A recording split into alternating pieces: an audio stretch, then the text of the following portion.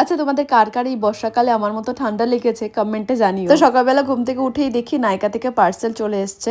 আমি কয়েকটা খুব দরকারি জিনিস অর্ডার করেছিলাম, যেরকম এই ভার্জিন কোকোনাট অয়েল, এই ছোট্ট আইশ্যাডো প্যালেট আর এই লিপ লাইনারটা, যেটা আমি বলতে গেলে সবসময় ইউজ করি। একসাথে অর্ডার দিয়েছিলাম কিন্তু একসাথে আসেনি, একটু পরে দেখি আবার দুটো এসছে। এটা ফার্স্ট টাইম অর্ডার করেছি, ইউজ করে তোমাদের রিভিউ দেবো। আমার না সামনে অনেক বেবি হেয়ার্স রয়েছে যেগুলো সবসময় এরকম উপরে উঠে উঠে থাকে, তো তাই জন্য এটা কিনেছি। তারপর দুপুরবেলায় লাঞ্চটা সেরে ফেললাম আর ভাবলাম যে পুলে তো একদমই যাওয়া হয় না, তো আজকে যখন সবাই বাড়িতে আছি তো পুলে একটু যাওয়া যাক। আর বাইরের ওয়েদারটাও বেশ সুন্দর ছিল, তাই আমরা সবাই মিলে চলে গেলাম পুলে।